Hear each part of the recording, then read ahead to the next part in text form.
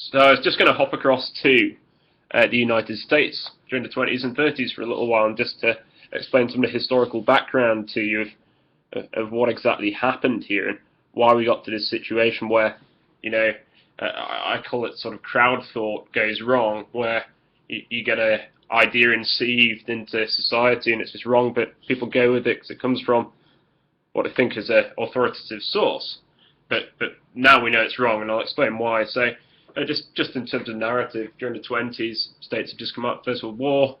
The 20s were happy-go-lucky times, and the 30s were obviously down in the pits with the crash.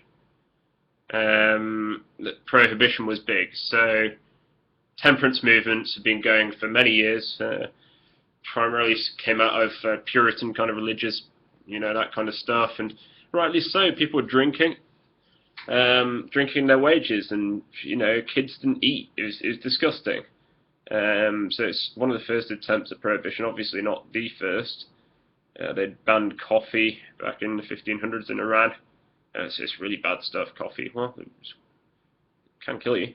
But anyway, so they banned alcohol in the States. Everyone kept drinking. Even the president was notorious for his drinking stuff. But by the time the 30s came around, and everyone lost all their money and no one was at work, they needed some kind of crutch. So FDR legalized it again. It was completely unenforceable anyway. They couldn't afford to enforce a ban of alcohol when 8% of people drink. So that's what happened there. But it was a chap called Harry Anslinger, who I'm not very fond of. What he did is his department was running, the prohibition stuff.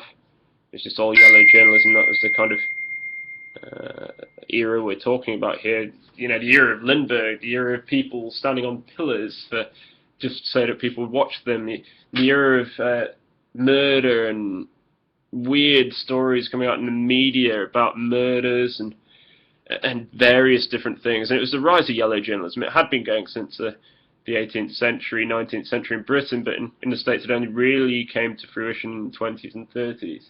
So that's the kind of historical context we're talking in. So if you think about the masses, they're very much, you need to watch Noam Chomsky's Manufacturing Consent to understand this, but they don't really have much choice. They just believe what they're told and don't really think for themselves. And they were told that Mexicans smoke cannabis, and they did, mainly to get through the tedious workday.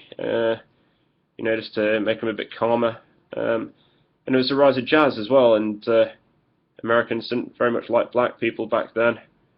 I won't talk about them now, but back then they were making crazy music. I love jazz, it's fantastic, but that's what happened. So Anslinger pulled on all of those strands, and just as hemp was becoming a really major crop again during the 30s, and people were coming up with innovative things to do with it, it was banned.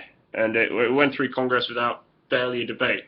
The pharmacists were like, what the hell, we can't sell this anymore. They had to get little, because the American system's weird, they had to get little tax stamps or something, because if you think about the Constitution, it doesn't allow federal legislation just to ban stuff. You have to come up with some kind of, it's a commerce clause, so that's how it got banned.